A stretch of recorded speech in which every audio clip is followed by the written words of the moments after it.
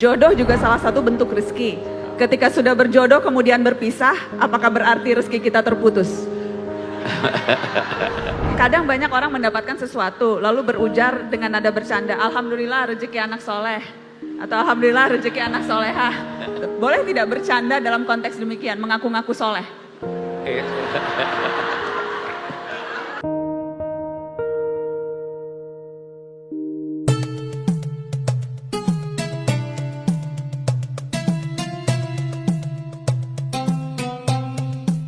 Assalamualaikum warahmatullahi wabarakatuh. Alhamdulillah senang.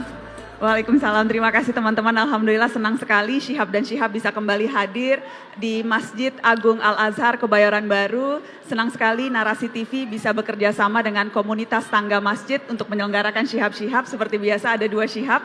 Ada saya Nana dan ada Abiku Syihab. Abiku sehat-sehat? Alhamdulillah, alhamdulillah. Ramai sekali ya Bi di Masjid Al-Azhar? Ramai, bagus. Alhamdulillah, mudah-mudahan kita bisa sering-sering ke sini. Wajahnya juga cerah-cerah. Cerah-cerah ya Bi? Alhamdulillah. Ini rezekinya banyak kelihatannya. Amin. Pas banget Bi, karena kita mau membahas menjemput rizki. Jadi salah satu tanda orang banyak rezeki itu wajahnya cerah ya Bi? Iya, betul. Minimal sering tersenyum. Iya. Karena kalau sering tersenyum itu bisa gampang rezeki, betul nggak Bi? Betul. Ini Nana bikin fatwa sendiri ngarang-ngarang. Mohon maaf ya, ini yang ustadznya yang sebelah sini, ini provokator aja. Teman-teman, kita mau membahas soal menjemput rezeki atau rezeki. Dan Nana udah baca, kita sering diskusi, Abi selalu mengingatkan rezeki itu bukan hanya materi. Teman yang baik, pekerjaan yang cocok, lingkungan yang menyenangkan, itu semua rezeki. Dan salah satu sifat Allah itu maha pemberi rezeki. Razak ya Bi? Razak. Razak, maha pemberi rezeki. Nah kuncinya sekarang, bagaimana kita menjemput rezeki itu Abiku? Ada ayat dalam Al-Quran yang orang katakan berbicara tentang jaminan Allah terhadap rezeki makhluknya. Ayat itu menyatakan wa ma min dabbatin fil ardi illa 'alallahi rizquha. Tidak ada suatu makhluk yang bergerak di bumi kecuali Allah jamin rezekinya. Kuncinya di mana? Bergerak. Kalau Anda tidak bergerak, Allah tidak jamin rezeki Anda. Ada yang sedemikian ekstrim dalam memahami ini sehingga mereka berkata, Anda berusaha atau tidak berusaha, Anda akan dapat rezeki seperti halnya burung. Di pagi hari dia terbang, dapat rezekinya, baru pulang lagi ke sangkarnya dalam keadaan kenyang. Dijawab oleh yang lain, burung itu bergerak. Kalau dia terus ada di sangkarnya, tidak akan datang rezeki kepadanya. Jadi kunci pertama, bergeraklah secara positif. Kalau makna rizkinya sendiri itu apa Bi? Rezeki itu adalah apa yang Anda peroleh. Yang Anda peroleh. Baik karena usaha Anda sehingga memperolehnya, maupun usaha orang lain yang Anda peroleh, selama perolehan Anda itu Anda dapat manfaatkan. Kalau Anda berusaha kemudian memperoleh rezeki tetapi Anda tidak dapat manfaatkan, maka itu tidak dinamai rezeki Anda. Biasa di rumah dimasakkan sama ibu ikan, ya toh? Ini disiapkan untuk anak-anak, untuk suami. Tiba-tiba kucing datang melahap ikannya. Kita berkata ini bukan rezeki kita, walaupun kita berusaha. Jadi rezeki adalah apa yang Anda peroleh dan Anda dapat manfaatkan. Kalau Anda berhasil memperolehnya tapi tidak dapat Anda manfaatkan, itu bukan rezeki namanya. Ya toh? Itu berarti. Dan Bi, kalau koruptor, uang korupsinya itu rezeki dia bukan? Ya, kita lihat dulu, belum tentu rezekinya. Satu dulu sebelum kita sampai ke sana. Ulama beda pendapat apakah rezeki itu terbatas pada yang halal atau yang halal yang haram juga rezeki?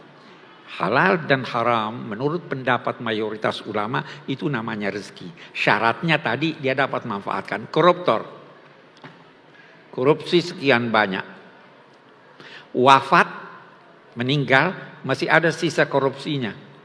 Sisa korupsinya itu bukan rezeki dia. Karena itu dalam suatu riwayat dikatakan orang yang paling menyesal di hari kemudian adalah seorang pencuri, koruptor yang meninggalkan harta haram yang dia usahakan karena kematiannya, lalu hartanya itu pergi kepada keluarganya yang tidak tahu bahwa itu hasil korupsi. Ini memanfaatkan dalam sesuai tuntunan agama, di hari kemudian keduanya bertemu.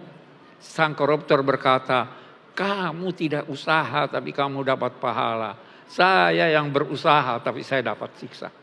Nah, Allah sudah membagi rezeki.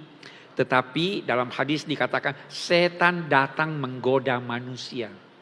Sehingga berusaha memperoleh rezeki dengan cara yang tidak direstui oleh agama. Karena itu kita doa, ya Allah anugerahilah saya rezeki yang halal. Ada dua, halal dan itu dapat saya manfaatkan. Ada orang punya korupsi, dia ingin berikan kepada anak cucunya sampai 7 turunan. Itu orang yang tidak mengerti itu orang. Ya itu arti rezeki. Kadang kan ada ungkapan itu, wah itu dia hidupnya menderita karena rezekinya tidak berkah. Sebetulnya kaitan rezeki dan keberkahan itu apa, Biku? Betul. Yang sedikit tapi berkah lebih bagus dari yang banyak tapi tanpa berkah. Berkat itu adalah melimpahnya kebaikan dari sesuatu yang sedikit yang biasanya tanpa berkah itu sedikit hasilnya. Saya beri contoh. Sepiring nasi cukup buat 1 orang. Normalnya cukup. Kalau berkah itu bisa dimakan berdua atau bertiga. Waktu. Anda punya waktu 1 jam.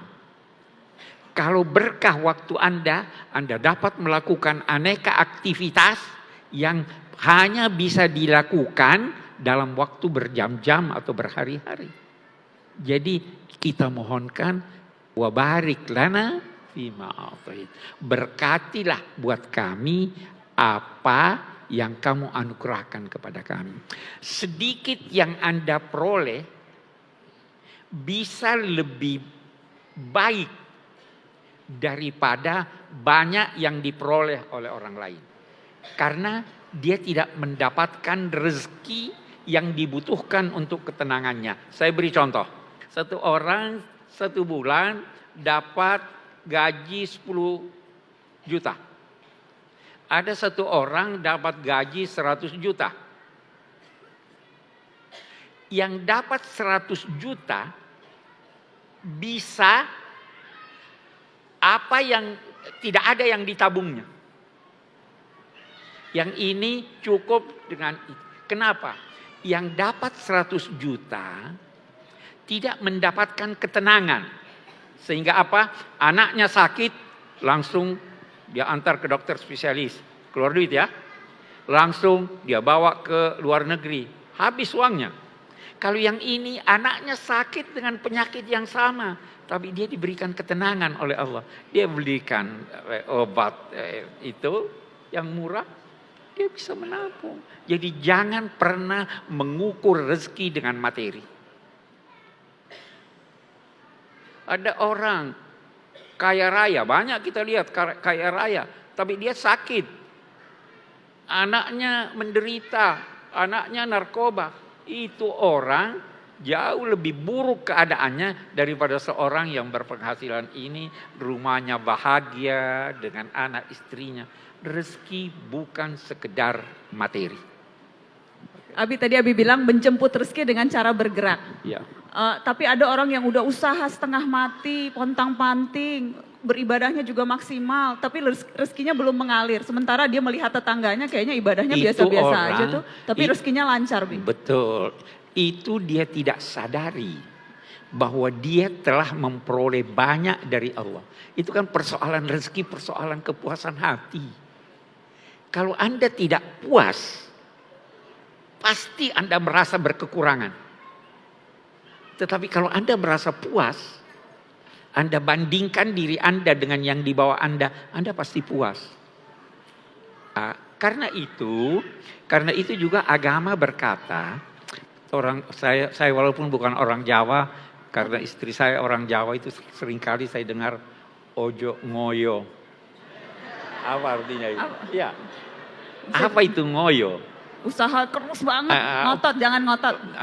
Berusaha sekuat tenaga tanpa mempertimbangkan kemampuan, tanpa mempertimbangkan waktu, tanpa mempertimbangkan tempat usaha. Ini tadi. Syukuri yang sedikit supaya Allah memberi Anda yang banyak. Boleh jadi yang Allah berikan bukan materi, yang diberikan pada Anda ketenangan batin. Itu jauh lebih mahal daripada itu soal rezeki. Ya. Ada ungkapan hadis walaupun nilainya diperselisihkan. Allah berfirman begini dalam hadis qudsi. Wahai hambaku, jangan takut dari penguasa. Selama engkau yakin bahwa aku adalah penguasa dan kekuasaanku tidak ada habisnya. Jangan takut sempit rezekimu selama engkau yakin bahwa perbendaharaanku tidak ada habis-habisnya. Wahai hambaku, engkau kuciptakan untuk beribadah. Ibadah dalam pengertian luas. Maka syukuri apa yang kuberikan kepadamu. Karena kalau kamu tidak mensyukurinya, kamu akan kujadikan seperti serigala, binatang buas, yang berkeliling di hutan belantara mencari mangsa, tapi yakinlah bahwa dia tidak akan dapatkan mangsa kecuali atas izinku. Kamu keliling cari tahu. Wahai hambaku, ojo ngoyo. Ya kan? Kenapa? Berusahalah sekuat tenaga tanpa itu tadi. Tidak usah menuntut rezeki esok pada hari ini. Karena engkau pun saya tidak tuntut melaksanakan kewajiban esok hari ini. Besok wajib salat. Salat atau tidak? Harus dilaksanakan sekarang? Tidak. Hai hambaku, aku mencintaimu. Maka demi cintaku kepadamu, cintai jugalah. Jangan duga aku sibuk, letih dalam menciptakan alam raya ini. Aku tidak letih. Karena itu jangan duga aku letih dan tidak mampu memberikan engkau rezeki yang bisa memuaskan kamu. Kita tapinya tidak puas. Selalu lihat ke atas. Itu rezeki begitu. Oke, kita akan buka sesi untuk tanya jawab teman-teman. Boleh yang berpeci? Assalamualaikum warahmatullahi wabarakatuh. Apa hubungannya rezeki yang telah ditentukan, ditakdirkan dengan usaha manusia? Yang kedua, apa hubungannya rezeki dengan ajal? Rezeki yang sudah ditetapkan oleh Allah dan usaha yang harus terus-menerus dilakukan oleh manusia. Bagaimana hubungannya, Bi? Ketetapan Allah itu ada yang pasti terjadi, ada ketetapan yang punya syarat tertentu. Ada ulama berkata begini, ajal itu dua macam. Ada yang bersyarat, ada yang tidak bersyarat. Yang tidak bersyarat itu Tuhan tahu, tidak berubah. Tapi ada ajal yang tidak bersyarat. Di sinilah bisa ada usaha untuk memperpanjang harapan hidup. Kalau dia mengikuti cara itu, ajalnya bisa berlanjut. Itu difahami dari firman Allah, walladzi qada ajalan wa ajalun musamma indahu. Dia yang menetapkan ajal dan ada ajal yang lain yang tertentu yang tidak berubah. Rezeki juga begitu. Nabi bersabda, siapa yang ingin diperpanjang harapan hidupnya, ajalnya, dan diperluas rezekinya, maka bersilaturahim. Nah, kalau Anda tidak bersilaturahim, duduk di rumah, tidak ini, Anda dapat rezeki. Bersilaturahim, bergaul dengan orang, ketemu si A, ketemu si B. Jangan percaya sepenuhnya bahwa rezeki datang pada Anda. Anda juga perlu menjemput rezeki. Kalau pemuda-pemuda bisa ikutkan pemudi-pemudi yang jomblo, jangan nunggu jodoh. Cari jodohmu dengan cara-cara yang dibenarkan Allah. Jodoh itu rezeki. Kalau nunggu dijemput ya Bi jodoh. Jemput jodoh, jemput dengan cara yang dibenarkan agama. Cari simpati, berdandan yang baik, berilmu yang tinggi, biar orang senang pada Anda. Ya kan, itu. Oke. Assalamualaikum Mbak Nasma dan Abi Quraish Shihab. Saya Kania. Sebenarnya saya di sini tidak mau bertanya, tapi saya cuma mau berterima kasih kepada Bapak Quraish Shihab karena sudah menjadi berkah untuk kami semua. Amin. Sudah lahir di dunia ini dan menjadi berkah untuk kita semua. Amin. Amin. Terlebih, Terima kasih Adek. Didoakan panjang umur, sehat walafiat. Amin. saya deg-degan sekali harus bicara kayak gini karena saya sangat mengagumi Pak Quraish Shihab. Dari kecil orang tua saya selalu nonton Tafsir Al-Misbah. Saya belum mengerti apa yang Abi ucapkan, tapi baru bisa mengerti saat saya mulai kuliah dan saya mengikuti, saya baca buku-bukunya Abi dan hari ini pertama kalinya saya bisa melihat langsung Pak Quraish Shihab. Alhamdulillah. Itu boleh foto. Oh kata Abi kalau gitu boleh foto nanti. Terima kasih banyak. Aduh Mbak Najwa, saya gemetaran sekali ini. Oke, terima kasih Itu Adek. aja, terima kasih Abi Terima udah kasih. menjadi berkah untuk kita. Semoga Amin. sehat selalu. Amin, Bisa amin. terus menjadi guru kami semua. Terima Amin. kasih. Terima kasih Assalamualaikum Adek. warahmatullahi wabarakatuh. Tadi mau bertanya boleh dioper ke belakang. Ya, yang berbaju putih silakan. Rezeki itu kan tidak hanya materi, berupa ujian atau cobaan atau sakit, itu apakah juga bagian dari rezeki? Kalau ujian, cobaan, sakit, itu masuk kategori rezeki atau tidak Abi? Rezeki pada dasarnya yang bermanfaat.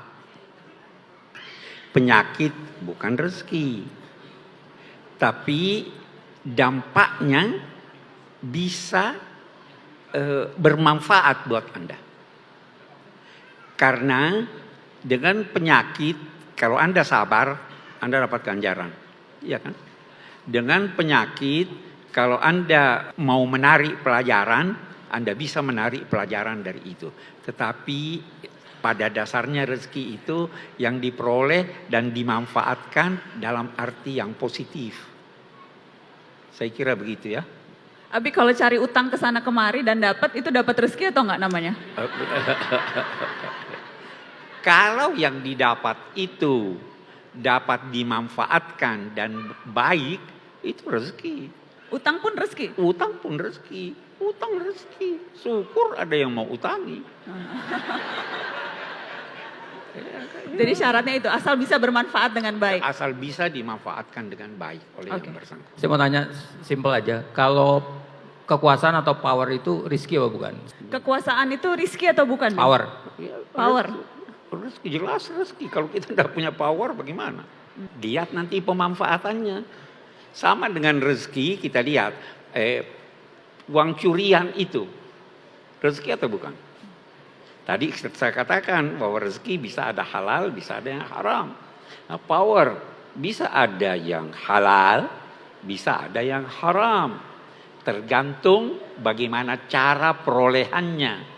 ya kan? Nah, kemudian kita lihat dia bisa manfaatkan itu atau tidak, baru dia menjadi rezeki. Sahabat Nabi benarkah menghindari ditunjuk menjadi pemimpin, khawatir bahwa Sekarang syarat-syarat untuk menjadi pemimpin itu ada. Memang ada hadis Abu Dzar itu pernah bermohon kepada Nabi, kasih saya jabatan. Nabi berkata, innaka dha'if. Kamu ini lemah. Untuk menjadi pemimpin perlu kekuatan mental, kekuatan ilmu dan lain-lain sebagainya. Jadi yang dihindari kalau itu berdampak buruk buat yang bersangkutan dan buat masyarakat. Itu yang Nabi tidak setuju. Tetapi kita baca sekarang di doa, salah satu doa, Rabbana hablana min azwajina wa zurriyatina qurrata a'yun waj'alna lil muttaqina imama. Jadi kan kami pemimpin orang-orang yang bertakwa. Itu minta rezeki itu jadi pemimpin. Minta orang rezeki. bertakwa. Oke. Oh, boleh minta. Baik, silakan ya yang berbaju berjilbab hitam. Terkait dengan rezeki, bukan sebenarnya saya kemudian tidak mensyukuri nikmat dan berkahnya Allah sampai hari ini. Cuman kadang ada aja gitu bisikan setan yang kemudian bikin saya bertanya-tanya. Saya itu misalnya saya sudah menjalankan semua perintahnya dan saya diberikan rezeki yang alhamdulillah cukup. Tapi kemudian saya melihat ada teman atau orang lain yang dia tidak pernah menjalankan perintah Allah, dia yang mungkin Terus dapat yang banyak. Terus dapat yang banyak dan saya pernah oke. mendengar istilah istidraj. Itu gimana sih sebenarnya, Abi? Kita harus paham apa arti takwa. Takwa itu artinya menghindari siksa Tuhan, ancaman Tuhan. Ancaman Tuhan itu ada dua macam. Ada di dunia, ada di akhirat. Ancaman Tuhan yang berkaitan dengan yang di akhirat adalah melanggar ketentuan-ketentuan syariat. Tidak sholat itu ancamannya bukan di dunia, di akhirat. Nah, ancaman Allah yang berkaitan dengan kehidupan dunia itu melanggar hukum-hukum sunnatullah. Nah, salah satu sunnatullah itu adalah kalau mau kaya bekerja. Kenapa umat Islam banyak miskin? Takwanya cuma setengah. Kenapa ada non-muslim kaya raya? Dia berusaha. Nah, jadi Anda jangan berkata, saya sudah salat, saya sudah doa, saya sudah ini belum dapat duit. Doa dan sebagainya itu bukan syarat mutlak guna memperoleh rezeki. Itu bisa membantu untuk menenangkan hati Anda dan mendorong Anda untuk bekerja. Iya kan? Oke, Abi, soal rantai rizki, semakin panjang itu semakin sulit diperoleh. Bagaimana kita mempersingkat supaya rantainya pendek, Bi? Iya, sekarang kita lihat. Oke, kita lihat rantai rezeki itu ada yang pendek, ada yang panjang. Yang pertama, rantai rezeki binatang dengan manusia beda. Karena manusia, kita ambil makanan. Binatang tidak peduli halal atau haram. Kalau manusia, baru dibolehkan kalau itu halal. Sudah ada nih rantai satu nih. Rantai kedua, kita ambil contoh banyak rantainya. Rantai kedua, manusia itu makan, sebagian yang dia makan itu perlu untuk dimasak. Ya, binatang tidak perlu masak, rantainya sudah ini. Ada lagi manusia, walaupun sudah dimasak dia belum merasa enak. Dia lantas buat ini, rantainya makin panjang. Anak kecil rantainya lebih pendek daripada orang dewasa. Karena anak kecil tidak perlu berusaha cari makan. Tidak perlu ambil sendiri dia suap. Manusia begini. Nah, ada jalan panjang yang Anda rasakan pendek. Ada jalan pendek yang Anda rasakan panjang. Perasaan inilah yang perlu diatur. Oh, saya tidak bisa makan kecuali ada sambal. Ada yang begitu kan? Oh, itu rantai itu menghambat. Puaskanlah diri Anda dengan makan apa adanya. Oh saya tidak nafsu makan ini, itu rantai lagi itu. Jadi banyak rantai-rantai ini yang bisa menghambat Anda puas. Kuncinya kurangi kebutuhan Anda kecuali kepada Allah Subhanahu wa taala. Kalau Anda butuh, lihat itu perokok. Butuh rokok, tersiksa dia kalau tidak ada rokok. Karena dia butuh. Tapi kalau Anda tidak merokok, bangun pagi tidak perlu rokok. Iya. Nah, kalau yang pedas, harus ada ini. Kurangi kebutuhan Anda, niscaya Anda akan berbahagia. Oke. Abi, ini ada pertanyaan yang masuk lewat medsos, jawab pendek-pendek aja ya, Bi. Kadang banyak orang mendapatkan sesuatu, lalu berujar dengan nada bercanda, alhamdulillah rezeki anak soleh. Atau alhamdulillah rezeki anak solehah. Dan terkadang itu terkadang dapat size yang pas aja, Bi, itu langsung wah rezeki anak solehah gitu. Boleh tidak bercanda dalam konteks demikian, mengaku-ngaku soleh?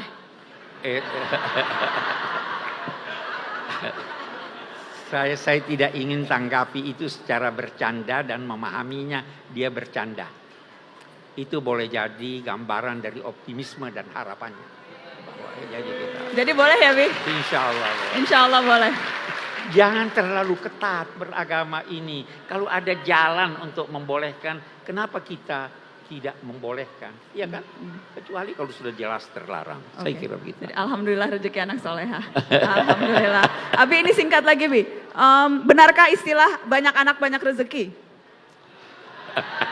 Apakah anak mendatangkan rezeki? Setiap orang ada rezekinya. Orang tua ada rezekinya. Jangan sampai kalau banyak anak rezekinya itu tidak cukup untuk banyak anak. Iya kan? Ada rezekinya anak, tetapi jangan sampai terlalu sempit. Karena tadi saya katakan rezeki anak itu antara lain melalui orang tuanya kan. Orang tuanya rezekinya cuma sekian. Kalau begitu, ukurlah keinginan Anda dan upaya Anda mendapatkan anak dengan kemampuan Anda. Jangan undang 100 orang di rumah Anda yang hanya bisa menampung 10 orang. Ya kan begitu. Jadi ada ukuran-ukuran untuk itu. Tidak mutlak pokoknya banyak anak, banyak rezeki. Ya banyak rezeki tapi bisa jadi sempit. Saya kira itu. Oke, yang terakhir nih, Bi. Jodoh juga salah satu bentuk rezeki. Ketika sudah berjodoh kemudian berpisah, apakah berarti rezeki kita terputus? Ini ada yang nitip nanya karena malu, Bi. Ya rezekinya terputus dengan orang itu. Tetapi masih bisa mendapat yang lebih baik dari itu. Terus kan bisa balas. Insya Allah. Terputus dengan yang itu. Yang lain disambung. Dan diusahakan rantainya pendek. Diusahakan rantainya pendek. Abi, boleh penutup singkat, Bi, sambil mungkin minta kita berdoa untuk penutup? Ya saya kira doa yang paling bagus itu kita memohon rezeki yang halal. Amin. Kita memohon rezeki yang membahagiakan dunia dan akhirat. Kita bermohon aneka rezeki, mulai dari yang berbentuk materi sampai yang berbentuk immaterial. Amin. Kita bermohon diperkaya hati kita. Amin. Kita bermohon dihiasi hati kita dengan kepuasan setelah usaha maksimal. Amin. Kepuasan setelah usaha maksimal. Kita bermohon agar dianugerahi oleh Allah Subhanahu wa taala segala macam kebaikan yang mengantar kita berbahagia bersama keluarga, bersama teman-teman di dunia dan di akhirat. Ala hadhihi niyya wa kulli niyatin salihah. Al-Fatihah. A'udzu billahi minasyaitonir rajim. Alhamdulillahirabbil alamin arrahmanir rahim. Iyyaka na'budu wa iyyaka nasta'in.